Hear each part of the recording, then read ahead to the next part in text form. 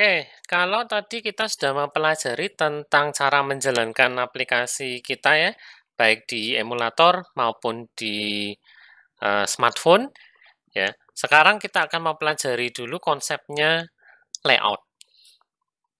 Ya, jadi semua layout ya, teman-teman bisa menganggap ini sebagai desain dari form ya pada Android itu menggunakan XML ya, dan semuanya diletakkan pada folder res layout.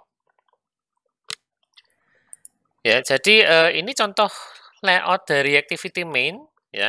Sekarang kita ada di mode desain. Kalau kepingin lihat kode XML-nya, maka tinggal diklik aja di sini. Kemudian kita akan melihat berbagai macam code yang ada untuk membuat sebuah layout user interface ya. Bisa terlihat di sini ada sebuah XML elemen yang paling atas namanya adalah constraint layout. Ya, lalu ini adalah text view ya yang menampilkan teks tadi. Ya, jadi text view itu XML-nya jadi seperti itu tadi ya. Tombol itu XML contohnya adalah seperti ini. Nah, semua komponen user interface di Android itu dibangun menggunakan objek-objek yang namanya view atau maupun view group.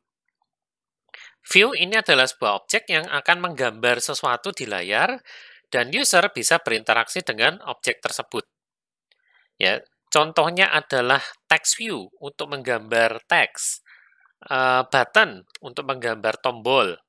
Kemudian ada yang namanya image view untuk menampilkan gambar. Sementara itu ada objek namanya view group.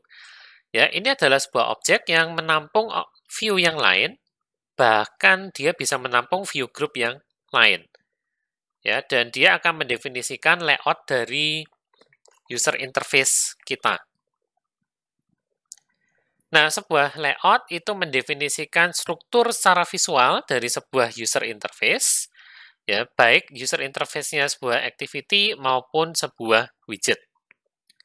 Ya, satu layout file itu harus mengandung persis satu root element. Ya, sebagai contoh di layout kita, root elemennya adalah constraint layout.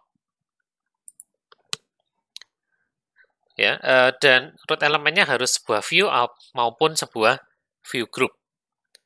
Nanti kita bisa merefer ke masing-masing objek dengan menggunakan ID yang unik satu sama lain ya. Nah, berbagai cara untuk membangun sebuah layout bisa menggunakan layout standar yang sudah disediakan oleh Android Studio. Ya, sebagai contoh constraint, ini adalah default layout yang kita gunakan sekarang. Ya, ada yang namanya linear layout, ada yang namanya relative layout, ada web view, ada tabel, dan seterusnya. Cara lain adalah menggunakan adapter. Ya, contohnya di sini adalah list view, menampilkan sebuah daftar yang bisa di-scroll. Ya, grid view menampilkan daftar dalam bentuk kotak-kotak ya, grid seperti ini. Nah, untuk menambahkan layout baru, kita bisa klik kanan pada folder res dan layout ya, foldernya layout, klik kanan, pilih new, dan pilih layout resource file seperti ini. Ya, saya akan buka dulu folder res di layout ya, di sini klik kanan, new, layout resource file. Nah, nanti akan diberikan window baru seperti ini ya. File name ini silakan diberi nama sesuai kebutuhan dan harus mengikuti tata nama XML ya. Jadi dibiasakan semua huruf kecil. Kemudian setiap kata dipisahkan dengan underscore. Ya, tidak ada angka maupun tanda baca sama sekali pada namanya. Nah, root element ini bisa diisi constraint layout, linear layout, relative layout, dan lain-lain. Ya, yang standar kita diberi yang namanya constraint layout. Ya, layout editor bentuknya seperti ini ya. Di sebelah kanan, saya akan kembali ke bagian tampilan desain, lalu panel project ini saya tutup sebentar. Ya. Nah, sebelah kiri bisa terlihat namanya palet. Ya, dia menampung semua macam widget, ya, semua macam view dan view group yang bisa kita gunakan. Ya, sebagai contoh, ini sudah ada satu view namanya text view. Mau nambahkan baru? Bisa. Tambahkan aja sebuah button. Ya. Nah, di bawahnya ada komponen tree. Ini adalah hierarki dari seluruh view group dan view pada layout ini. Ya, ini untuk mendesainnya bisa drag and drop.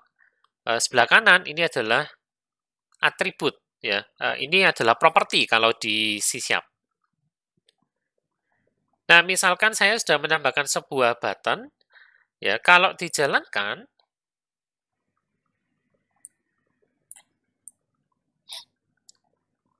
ya, ada konsep tertentu yang harus kita pelajari terlebih dahulu, yaitu namanya constraint layout. Ya, ini adalah default layout di Android Studio. Kelebihannya adalah kita bisa membuat user interface yang responsif. Ya, jadi user interface yang responsif itu maksudnya adalah user interface-nya bisa menyesuaikan diri secara otomatis terhadap ukuran layar yang mau bagaimanapun. Ya. Setiap objek view yang dipasang di layout harus punya paling tidak satu constraint secara horizontal maupun secara vertikal. Ya, kalau lupa memberi constraint secara vertikal maupun secara horizontal, akibatnya adalah view tersebut digambar di ujung kiri atas, ya seperti ini. Ya, di layout saya punya tombol di tengah, tapi waktu dijalankan munculnya di kiri atas. Ya, ini terjadi karena kita belum menambahkan belum menambahkan constraint secara vertikal satu, secara horizontal satu. Ya, Android Studio sudah mengingatkan kita sebetulnya, ya, kalau belum ngasih constraint maka di sini akan ada error. Ya, this view is not constrained. It only has design time position, so it will jump to 0,0 at runtime unless you add the constraint. Ya. Di sini merah, di sini dimerahkan, dan constraint di sini juga dimerahkan. Ya, itu pertanda kita harus menambahkan constraint. Minimal ada satu secara horizontal. Jadi untuk menambahnya tinggal tarik aja dari lingkaran putih ini ke sisi layar atau terhadap lingkaran putih yang lain yang ada di widget atau view yang lain. Ya. Untuk sekarang, karena saya hanya punya button di sini, maka constraint-nya saya atur terhadap sisi layar aja. Ya, setelah itu kita baru boleh bebas meletakkan widgetnya ini di manapun. Ya, sebagai contoh, saya letakkan button saya sejarak 100 dp, ya, dp itu device independent pixel, ya artinya pikselnya ini tidak tergantung pada ukuran layar pada smartphone ya. Kenapa? Karena tiap smartphone punya pixel density yang beda-beda. Ya, jadi Android menggunakan unit baru namanya DP, Device Independent Pixel. Ya, ukurannya ukurannya beda-beda untuk setiap device. Ya. Tapi kita bisa tahu pasti bahwa ini jaraknya pasti 100 dp dari atas dan 144 dp dari kiri. Ya, kalau saya jalankan, nah untuk Android Studio ya selama kita hanya melakukan perubahan minor, ya misalkan di sini saya hanya mengubah constraint dan menambahkan margin, ya kita bisa menggunakan tombol namanya Apply Changes and Restart Activity. Ya, kalau perubahannya minor saja ya, Jadi hanya mengubah propertinya aja. Nah, bisa dilakukan secara cepat, diterapkan ke emulator. Ya, kalau menggunakan HP gimana? Belum tentu simbol tersebut muncul ya. Kalau nggak muncul, ya kita harus gunakan yang sebelahnya, run app saja. Ya, run app ini artinya adalah kita sebetulnya mengebuild ya aplikasi kita jadi APK lalu diinstal di emulator atau di HP. Ya. Nah, seperti itu konsepnya untuk constraint. Ya, jadi mau menambahkan constraint mudah sekali, tinggal di drag aja dari lingkaran putih ini ke batasan yang lain. Ya, bisa ke ujung layar, tepian layar, atau kalau ada widget yang lain, bisa juga dikaitkan terhadap constraint dari widget atau view tersebut. Ya, misalkan saya tambahkan satu button lagi deh. Lalu saya constraint-kan button ini terhadap button yang sudah saya atur tadi di atas. Ya. Nah, kalau ini dirasa terlalu kecil, teman-teman bisa zoom in, pakai kontrol, ditahan, lalu scroll mouse. Ya, lalu untuk menggeser panningnya, pakai tombol tengah mouse, lalu ditahan, seperti ini. Ya, berikutnya misalkan saya constraint-kan ini ke kanan, misalnya. Ya, lalu teman-teman memutuskan, waduh ini kok ke kanan ya, keliru, mestinya tadi ke kiri. Bisa dihapus. Ya, cara menghapusnya di sini tekan tombol kontrol, lalu hoverkan mouse ke lingkaran yang penuh ini tadi, ya, sampai warnanya berubah jadi merah, lalu diklik. Ya. Kalau teman-teman lihat di sini sebetulnya, ya dia ada simbol X-nya ya, ketutupan lingkaran saya. Ya, jadi X ini menandakan bahwa kita mau menghapus. Ya, tinggal diklik, maka constraint tersebut hilang sekarang. Ya. Nah, itu tadi untuk constraint. Ya, dari kalau sudah di set constraint, lalu bisa diatur marginnya. Ya, bisa digeser-geser atau bisa ditetapkan langsung dari jendela atribut sini. Ya, tinggal diketikkan aja margin yang baru. Mau menambahkan constraint baru bisa juga ya. Ini tinggal ditekan aja tombol plusnya, diklik, maka dia akan tambahkan constraint baru pada posisi sekarang ya, langsung diarahkan ke kiri. Constraint kanan sama. Nah, masalahnya adalah sekarang tombol saya itu 144 dp dari kiri dan 179 dp dari kanan. Ya, kalau kepengen membuat tombolnya itu selalu ada di tengah, tidak peduli ukuran layarnya berapa, caranya gimana? Ya, marginnya tinggal dinolkan. Ya, sampai garis constraint saya tampak seperti ini.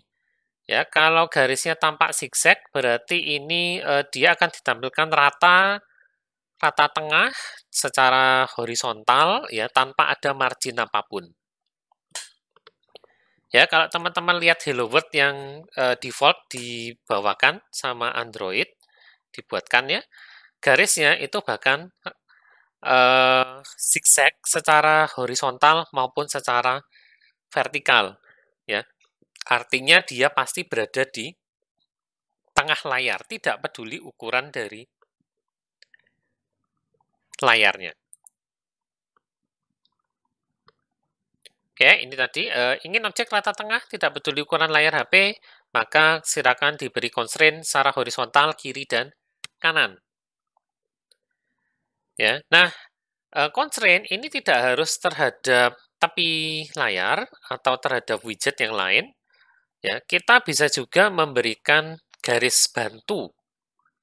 ya, vertikal maupun secara horizontal, ya, bisa dipilih tombolnya yang ini, guideline, lalu dipilih aja baik yang vertikal maupun secara horizontal.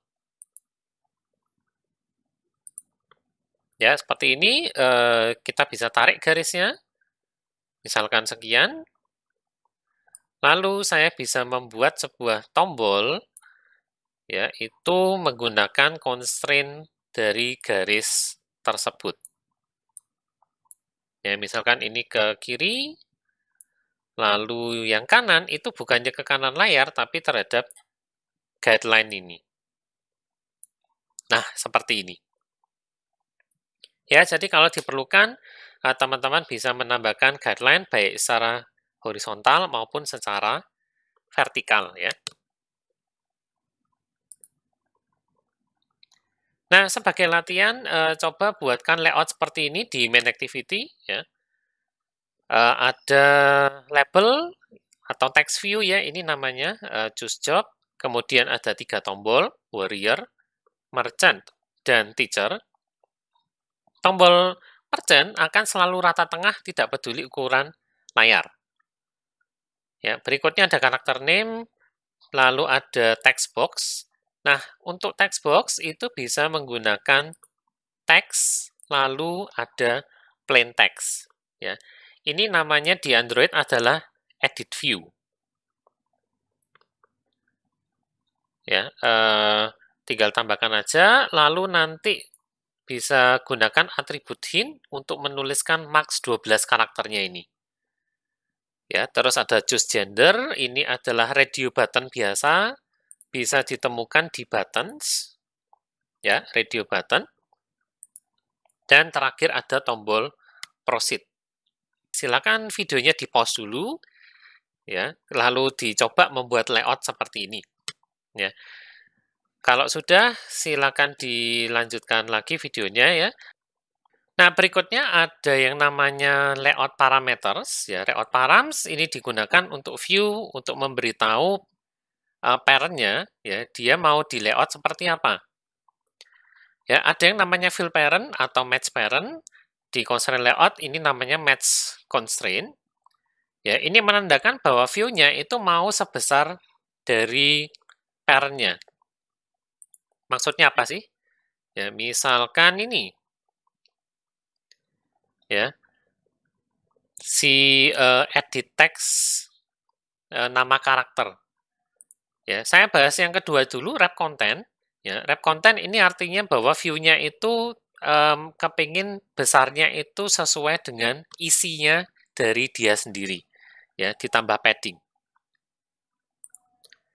Nah, perhatikan di sini ya, edit text saya sekarang layout width dan layout height-nya itu adalah wrap content. Nah, kalau layout width-nya saya ganti menjadi match constraint atau 0 dp, seolah-olah tidak ada yang terjadi. Ya. Loh, tadi katanya dia harus menyesuaikan terhadap parent-nya. Parent-nya siapa sih? Constraint layout.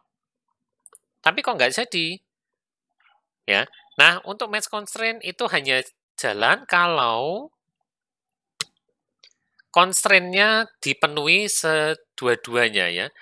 Secara horizontal, karena ini width, berarti saya harus connect-kan constraint yang kanan ini ke tempat yang lain. Nah, misalnya jadi seperti ini. Ya, ini layout width yang 0 dp atau match constraint.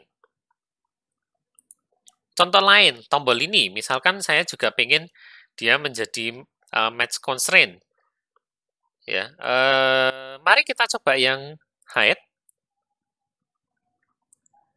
Ya, kalau bawahnya ini saya kasih constraint ke bawah.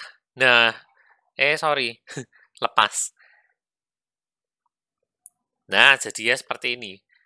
Height-nya itu jadi memenuhi sisa dari layarnya, ya, tergantung dari constraint-nya dia sendiri. Ya, karena ini constraint atasnya saya atur ke radio button mail, maka isi dari button-nya itu hanya penuh mulai dari ujungnya radio button mail ini sampai ke ujung bawah layar. Kalau mau penuh, gimana? Ya ini constraint-nya dipindah ke atas. Maka dia jadi full setinggi layarnya ya. Oke, dites aja deh untuk tombol proceed-nya. Ini keluarnya bener nggak sih satu layar penuh tingginya? Ya, jadinya seperti ini. Ya, jadi itu ya kegunaan layout width dan layout height, baik yang wrap content maupun match constraint. Ya, tergantung keperluan kita biasanya kadang-kadang perlu mengganti dia jadi match constraint. Ya, saya kembalikan dulu untuk tombol proceed-nya. Ya, ke sini.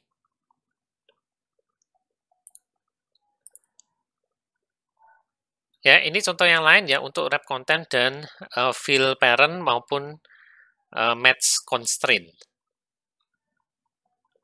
Ada margin sama padding. Ya, teman-teman yang sudah belajar layouting di desain web mestinya sudah familiar ini ya. Margin itu batasan antar view, kalau padding itu isian batasan untuk isiannya. Nah, sekarang untuk perubahannya ini kayaknya sudah nggak sengaja kita sudah lakukan sih ya. Buat agar edit text ini selebar layar, ya secara nggak sengaja saya sudah melakukan hal itu, tapi dia minta tulisan di dalam edit text itu punya jarak dengan tepian. Ya, bandingkan antara max 12 karakter saya yang di sini dengan yang di slide-nya ya, ada sedikit jarak di sana. Nah, ini berarti saya tinggal perlu menambahkan padding saja. Ya, kalau nggak ketemu padding, bisa dicari di all attributes. Ya, tapi ini biasanya banyak sekali. Ya, kalau bingung nyarinya, bisa di search di sini. Ya, nah ini kebetulan saya ketemu padding sih, jadi saya coba atur paddingnya aja ya. Misalkan untuk kiri saya atur paddingnya sejauh 10. Nah, tapi ingat sekali lagi di sini satuan unitnya adalah dp dan itu tidak boleh lupa. Ya, jadi jangan tuliskan 10 saja, tapi tuliskan 10 dp.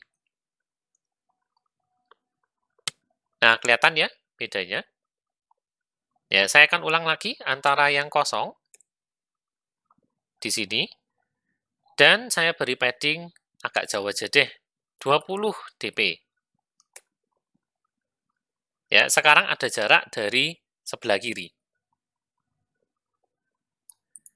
Ya, berikutnya yang atas, buat agar ketiga tombol ini berada di poros tengah di berbagai macam ukuran layar.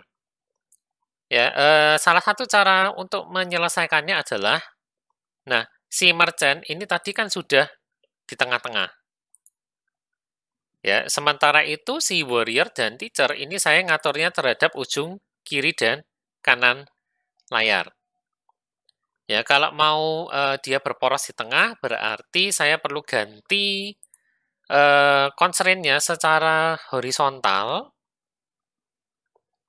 Ya, ini saya kaitkan aja ke si merchant. Si teacher juga. Ya, nah jadi sekarang tombol warrior saya ada di tengah-tengah antara batas kiri, guideline-nya ya, batas guideline kiri dan tombol merchant. Sementara yang teacher sekarang patokannya ke tengah juga, ya dia pakai batas kiri dan batas kanan guideline ini. Ya, kalau dites,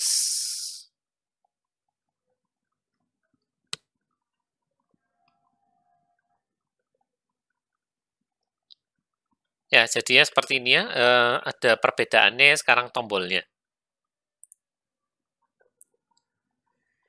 Untuk layout yang lain nanti silakan dipelajari sendiri, ada berbagai macam layout yang juga sering digunakan. Ya, ada yang namanya linear layout, relative layout. Ya, relative layout ini konsepnya agak mirip dengan constraint layout. Jadi kita meletakkan sebuah view itu relatif terhadap view yang lain. Ya, lalu ada juga namanya table layout. Ya, silakan dipelajari sendiri. Oke, saya rasa itu dulu untuk layout ya. Setelah ini kita akan mencoba melihat konsep berikutnya, yaitu yang disebut dengan activity ya. Jangan kemana-mana, tetap lanjutkan ke video berikutnya ya.